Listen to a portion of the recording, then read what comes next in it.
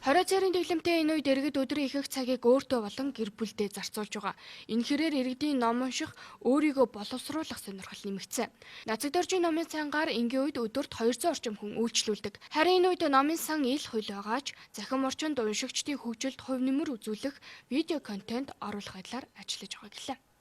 За яг одоо бид бүхэн бол 2 сараас эхлээд ер нь бол нийт үйлчлэгээ бол зогсоосон байгаа. Засгийн газрын шийдвэрээр бол одоо 3 сарын 31 гэжсэн боловч саяхан бас 4 сарын 31 хүртэл бол одоо энэ хөлөөрөө сунгасан байна. За энэ хугацаанд бол одоо манай номын санчид маань дотооддоо тооллого, тооцооны ажил, за мөн дээрээс нь шинэ технологи нэвтрүүлэх ийм ажлуудыг хийж хэрэгжүүлээд явж байна.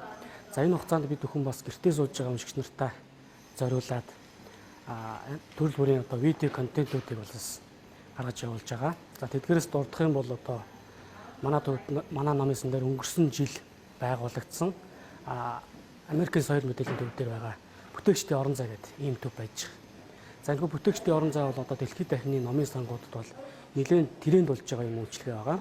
За энэ хүү үйлчлэгээ бол одоо номын сан дээр нэгээд нэг жил гараа болж байна. За тэгээ энэ яг хөл хорионы үеэр бид бүхэн уншигч хүүхдүүдэд зориулаад инженерчлийн чиглэлийн сургалтуудыг бол явуулж байна. За мөн одоо редизайн буюу одоо дахин цаг урчлал хувцсыг одоо дахин яаж цаг урчлах юм бэ? Дэлхийд дахины одоо хог аягдал бол маш ихээр ихсэж байна.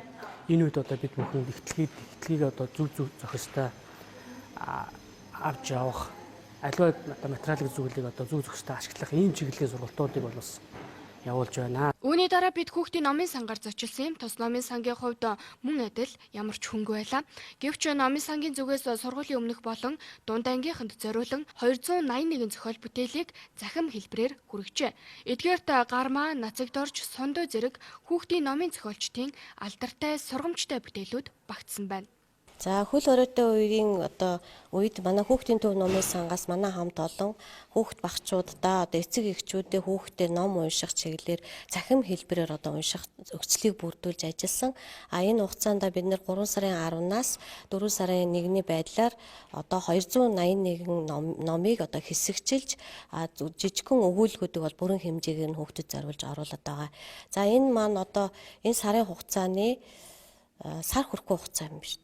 Сар хүрэхгүй хугацаанд бид манай хамталт болохоор 300 мянга хүрээд зөвхөн тэр нийтлэлийг уншиж танилцсан хүмүүс болохоор 15 мянган хэрэглэгч байгаа. Энэ маань бас яагаад гэвэл хүүхдийн захим орчинд хүүхдүүд маш их гэртээ байгаа учраас сууж байгаа учраас захимаар бүрдүүлж өгсөн тэр номыг унших хандлт нь илүү давуу төлхөө байна уу гэж харагдаж байна. Тоон үзүүлэлтээс харахад.